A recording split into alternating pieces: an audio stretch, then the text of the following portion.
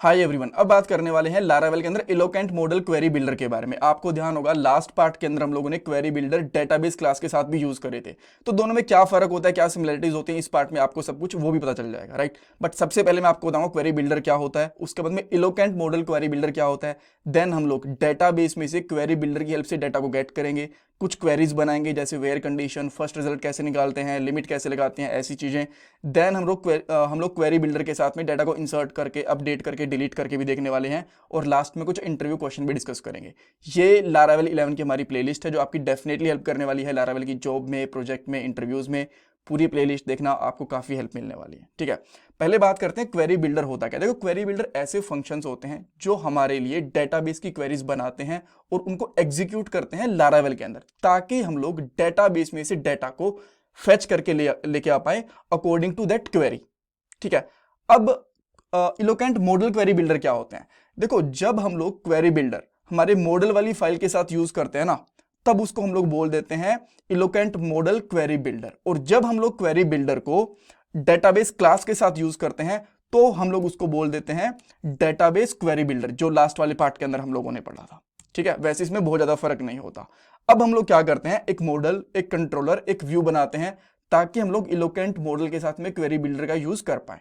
सो मैं यहाँ पे टर्मिनल के ऊपर जाता हूँ। सबसे पहले मैं यहाँ पे लिखूंगा PHP artisan make model and मेरे मॉडल का नाम विच इज यूजर, एंटर करूंगा और यहाँ पे हमारे पास एक मॉडल क्रिएट हो गया यूजर नाम से। एक चीज मैं आपको और बता देता हूँ, बाय डिफॉल्ट जब भी आप लोग लारावेल का प्रोजेक्ट बनाते हो तो यूजर नाम से एक मॉडल पहले से ही क्रिएटेड होता है, बट मैंने वो डिलीट कर दिया था ताकि मैं आपको स्क्रैच से ये मॉडल बना के दिखा पाऊं, राइट। और ये आपको मॉडल कैसे क्रिएट करना होता है, टेबल के अकॉर्डिंग। जो हमारी टेबल का नाम होता है वो हमेशा प्लूरल रखते हैं हम लोग लारावेल में, और जो हमारा मॉडल का नाम होता है वो सिंगुलर रखते हैं, या फिर आपको फोर्सफुली टेबल का नाम बताना पड़ेगा। ये सब कुछ बातें मैं आपको बता चुका हूं जब हम लोगों ने मॉडल के बारे में बेसिक चीजें पढ़ी थी, तो मैं यहाँ पे ज्यादा एक्सप्लेन नहीं करने वाला, ठीक है। आफ्टर दैट मैं यहाँ पे कंट्रोलर बना लेता हूँ, PHP artisan make controller and controller का नाम, यहाँ पे कंट्रोलर का नाम भी मैं यहाँ पे लिख लेता हूँ यूजर कंट्रोलर। एंड यहाँ पे हम लोग एक व्यू भी बना लेंगे, PHP artisan make view, and view का नाम भी रख लेंगे हम लोग यहाँ पे यूजर। तो अभी हम लोग तीनों चीजें बना चुके हैं। यहाँ पे अगर आप यहाँ पे आके देखोगे तो एक कंट्रोलर बन चुका है, एक हमारे पास यहाँ पे यूजर डॉट PHP करके मॉडल बन चुका है, और user dot blade dot PHP हमारी फाइल भी बन चुकी है, ठीक है। सो नेक्स्ट चीज क्या रहेगी, एक राउट बना लेते हैं हमारे कंट्रोलर के साथ, ताकि हम लोग यहाँ पे मॉडल वगैरह, व्यू वगैरह को अच्छे से चूज कर पाए, सारी चीजें देख पाए, ठीक है। सो मैं यहाँ पे एक फंक्शन बनाता हूँ। फंक्शन का नाम मैं यहाँ पे कर लेता हूँ let's say queries, and then हम लोग इसको एक फंक्शन बना के इस तरीके से रिटर्न कर देंगे एक बार के लिए क्वेरीज, ठीक है। आप इस फंक्शन का नाम जो भी चाहो वो रख सकते हो, मुझे कोई दिक्कत नहीं है, बस एक बार के लिए मैंने फंक्शन का नाम क्वेरी रख लिया। देन हम लोग इसका राउट बनाएंगे, वेब डॉट PHP में जाके इसको इंपोर्ट करेंगे, यहाँ पे लिखेंगे यूज, देन कंट्रोलर के बाद यूजर कंट्रोलर, और उसके बाद में हम लोग क्या करेंगे, एक राउट बना देंगे और यहाँ पे लिख देंगे गेट राउट, और इसके अंदर लिख देंगे यूजर, यूजर्स भी लिख सकते हो, यूजर लिख देते हैं, कोई बात नहीं, चलेगा। एंड देन इसमें हमारे पास यूजर कंट्रोलर वाली क्लास कोलन कोलन क्लास, और सेकंड पैरामीटर के अंदर हमारे मेथड का नाम जो हम लोगों ने यहाँ पे बनाया हुआ है, ठीक है। सो यहाँ पे ये रख देंगे, लास्ट में सेमीकोलन लगा देंगे। अब हमारे सर्वर को स्टार्ट करते हैं, PHP आर्टिसन सर्वर को, एंड देन यूजर वाले राउट को कॉल करते हैं। यूजर लिखेंगे, क्वेरीज परफेक्टली काम कर रहा है, कोई दिक्कत नहीं है। अब इसके अंदर डाटा फेच करने के लिए, क्वेरी बनाने के लिए हम लोगों को क्या करना पड़ेगा, मॉडल को इंपोर्ट करना पड़ेगा, राइट। सो सिंपली आप लोग यहाँ पे लिख सकते हो use app model and then user, जो हमारे मॉडल का नाम है उसका, राइट। देन आप सिंपली क्या करोगे, जो हमारे पास यहाँ पे यूजर मॉडल है ना, सिंपली यहाँ पे एक वेरिएबल ले सकते हो, जैसे कि मैं यहाँ पे लेता हूँ डॉलर रिस्पॉन्स, और यहाँ पे क्या करेंगे यूजर कोलन कोलन ऑल, ये लिख देंगे। तो ये डेटाबेस में से जितना भी डाटा है ना वो निकाल के दे देगा। तो इस फंक्शन ने क्या क्वेरी बनाई होगी अभी बताता हूँ, एक बार के रिजल्ट चेक कर लेते हैं, देन मैं आपको इसने क्या क्वेरी बनाई होगी वो आपको बता दूंगा, तब तक आप सोच भी पाओगे, राइट। एंड देन मैं यहाँ पे आके इसको रिफ्रेश करता हूँ। आप यहाँ पे देख सकते हो कि हमारे पास यहाँ पे 4 डाटा आ चुका है। सो इसने क्या क्वेरी बनाई, यहाँ पे select star from table name which is users. ठीक है, इस तरीके से अगर आप यहाँ पे गेट भी लगाओगे तो भी ये प्रॉपरली काम करेगा। मैं यहाँ पे गेट और ऑल दोनों के लिए लिख देता हूँ, ऊपर ऑल लिख के इसको कमेंट आउट कर दूंगा। ठीक है, देन अब यहाँ पे अगर गेट लगाओगे तो वो भी प्रॉपरली काम करेगा, इसमें कोई दिक्कत नहीं है। ठीक है, अच्छा ये चीज हो गई। देन अब अगर आप चाहते हो कि इसके साथ में वेयर कंडीशन लगाऊं तो वो कैसे लगा सकते हो अगेन। अच्छा, इसको यूआई के ऊपर डिस्प्ले भी करवा लेते हैं, इसमें ज्यादा टाइम लगेगा नहीं। सो मैं यहाँ पे क्या करता हूँ, व्यू फंक्शन है हमारा, इसके अंदर यूजर वाला व्यू पास कर देंगे एंड देन एक एरे के अंदर यूजर्स नाम से की रखेंगे एंड देन इसमें डॉलर रिस्पॉन्स ये डाल देंगे। तो अब जो ये रिस्पॉन्स है इसको लेके जाएंगे हम लोग ब्लेड वाली फाइल के अंदर, यहाँ पे कर देंगे h1, यहाँ पे लिखेंगे यूजर डेटा, एक हेडर बना दिया। देन अच्छा, इसको फटाफट से क्यों कर रहा हूँ मैं इतना जल्दी, मैं एक चीज समझा दूँ बिकॉज ये सारी चीजें बहुत बार कर चुका हूँ। ठीक है, देन हम लोग यहाँ पे एक टेबल लेंगे, टेबल के अंदर एक बॉर्डर ले लेते हैं। मैं आपको प्रेफर करूंगा कि आप लोग CSS वाला बॉर्डर यूज करना, वो बेटर रहेगा। एंड देन यहाँ पे 1 पेस्ट कर देंगे, यहाँ पे एक TR लेंगे, उसके बीच में TD, इसमें यहाँ पे लिख देंगे नेम एंड देन हम लोग इसको थोड़ा पेस्ट कर देंगे, यहाँ पे लिखेंगे ईमेल और सिमिलरली हम लोग यहाँ पे कर सकते हैं फ़ोन नंबर। अब हम लोग यहाँ पे फॉर ईच लगा लेते हैं, फॉर ईच, और यहाँ पे लिखेंगे dollar users as dollar user, एक एक यूजर आएगा। देन लास्ट में हम लोग इसको बंद कर देंगे एंड फॉर ईच, और यहाँ पे हम लोग सिंपली लिखेंगे अच्छा तो बंद ही होता है, इसमें लिखना कुछ नहीं होता।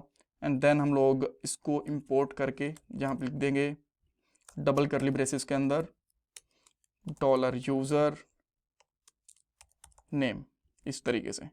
ठीक है, एक बार चेक करते हैं ये काम कर रहा है कि नहीं कर रहा है। इसको मैं रिफ्रेश करूंगा, आप देख सकते हो यहाँ पे चीज़ काम कर रही है, बट ये जो डाटा है ना ये थोड़ा प्रॉपरली काम नहीं कर रहा। रीज़न क्या है कि इसके अंदर ना मैंने एक TR तो बनाया नहीं था, अब इसमें TD बना दिया तो ये काम तो कर रहा है बट एक ही यूज़र्स के नाम आए हैं। तो मैं यहाँ पे ईमेल एंड फ़ोन नंबर भी रख देता हूँ, तो इस तरीके से हमारे पास ये यूज़र भी आ गए। अब ये डाटा तो हमें दिख गया, देन मैं चाहता हूँ कि इसके ऊपर एक कंडीशन लगे, डायरेक्टली इस तरीके से विजिबल ना हो। सो अगर वो कंडीशन लगानी हो तो क्या करना पड़ेगा, सो सिंपली यहाँ पे लगाओ वेयर कंडीशन एंड वेयर के अंदर हम लोग क्या करेंगे, लगा देंगे जिसका फ़ोन नंबर है 1 2 3 4 एंड देन उस रिजल्ट को हम लोग यहाँ पे गेट कर लेंगे। ठीक है, एंड देन इसको रिफ्रेश करेंगे तो अभी देखो 1 2 3 के हिसाब से 2 ही नंबर है, दोनों के दोनों हमारे पास आ गए। अगेन सेम इसी तरीके से अगर आप एक ये चाहते हो कि फर्स्ट रिजल्ट आए तो आप इस तरीके से फर्स्ट रिजल्ट निकालोगे, बट ये विजिबल नहीं होगा, यूआई पे एरर देगा। रीज़न इसका ये है कि ये जो डाटा है ना वो बेसिकली मैं आपको सही बताऊं तो एरे की फॉर्म में नहीं होता, बिकॉज सिंगल डाटा निकालते हैं तो एरे नहीं ऑब्जेक्ट की फॉर्म में होता है। इसको एरे बना दो देन ये परफेक्टली काम करेगा। अब हमने इसको एरे बना दिया था। एंड सेम इसी तरीके से अगर आप आईडी के बिहाफ पे निकालना चाहते हो तो जैसे कि यहाँ पे करते हो फाइंड 1, तो जो फर्स्ट आईडी है, फर्स्ट आईडी किसकी है यहाँ पे, अनिल की, तो ये अनिल को निकाल के दे देगा आपको यहाँ पे फर्स्ट आईडी। अच्छा, वेयर कंडीशन नहीं लगेगी इसके साथ में, डायरेक्टली हम लोग इस तरीके से निकालते हैं। देन यहाँ पे चेक करेंगे तो अनिल यहाँ पे आ गया, परफेक्ट। अब देखते हैं कि डाटा को इंसर्ट वगैरह कैसे कर सकते हैं। सो सिंपली है, जैसे हम लोगों ने यहाँ पे यूज करा था, इसको मैं यहाँ पे पेस्ट करूंगा। देन यहाँ पे करेंगे इंसर्ट एंड देन इंसर्ट के अंदर यहाँ पे ले लेते हैं नेम, नेम के अंदर डाल देंगे हम लोग लेट्स से के को हम लोग ऐड करते हैं। आफ्टर दैट इसकी 2 प्रॉपर्टी और रहेंगी which is email and phone number. Phone number मैं यहाँ पे कर देता हूँ 100101, कुछ भी जो भी मुझे ठीक लगेगा। एंड देन उसके बाद में k@test.com। अब इसको इंसर्ट करने की कोशिश करते हैं एंड सिंपली अगर आप यहाँ पे लिखोगे डॉलर रिस्पॉन्स, अगर ट्रू है तो आप इसमें कर सकते हो एको, या फिर रिटर्न कर दो तो भी चलेगा। रिटर्न में कर देता हूँ डेटा इंसर्टेड। सेम चीज़ें हम लोगों ने लास्ट वाले पार्ट के अंदर करी थी, कुछ ज़्यादा डिफरेंस है नहीं। अगर आप चेक करोगे छोटी मोटी बहुत, अच्छा एक चीज़ जब अपडेट करेंगे ना तो उसके अंदर एक डिफरेंस आता है, वो मैं आपको बताऊंगा क्या डिफरेंस। अब मैंने इंसर्ट करा तो डाटा इंसर्टेड हो गया और यहाँ पे आप चेक करोगे के की एंट्री हो चुकी है, परफेक्ट।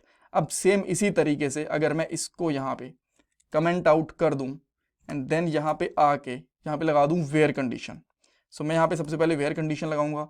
वेयर कंडीशन के अंदर इतनी सारी चीज़ें हमें नहीं करनी, सो बेटर है कि मैं सब कुछ उड़ा दूँ। यहाँ पे वेयर एक फंक्शन बनाऊंगा और यहाँ पे सिंपली लिखेंगे हम लोग जैसे कि नेम, जिसका नाम है के, उसका जो फ़ोन नंबर है वो अपडेट हो जाए। जैसे कि अभी इसका फ़ोन नंबर है 0101, तो मैं यहाँ पे 9999 नाम करना चाहता हूँ इसका। और देन हम लोग यहाँ पे कर सकते हैं अपडेट, और अपडेट के अंदर सिंपली यहाँ पे लिखेंगे, अच्छा यहाँ पे एक तो कॉमा आएगा, मैंने यहाँ पे गलती से लगा दिया था। और इसके अंदर हम लोग यहाँ पे इसमें कुछ गड़बड़ है क्या? ओके लेट्स सी, देखते हैं, बट मुझे तो ठीक ही लग रहा है, इसमें कुछ ऐसे कुछ गड़बड़ तो लग नहीं रही है। अच्छा ठीक है, अपडेट करके देखते हैं। अपडेट में मैं यहाँ पे लिखूँगा phone number and then phone number हम लोग यहाँ पे लिखेंगे लेट्स से 9999, ये फ़ोन नंबर हो जाए उसका। अब ये ठीक हो चुका है।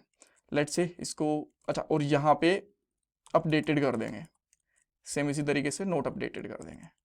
रिफ्रेश करके देखते हैं इसको, रिफ्रेश करा और इसने बोला अपडेटेड एट नोट फाउंड। इसका मतलब क्या है मैं बताता हूँ। देखो बाय डिफ़ॉल्ट ना, जब हम लोग यहाँ पे यूज़र ये वाला यूज़ कर रहे हैं डेटाबेस के अंदर, मॉडल के अंदर यूजर्स वाली टेबल, तो इसके अंदर ये कहता है कि जब भी आप अपडेट करते हो तो उसके अंदर अपडेट का टाइम होना चाहिए, बट हमारे पास अपडेट ऐड करके कोई कॉलम है नहीं।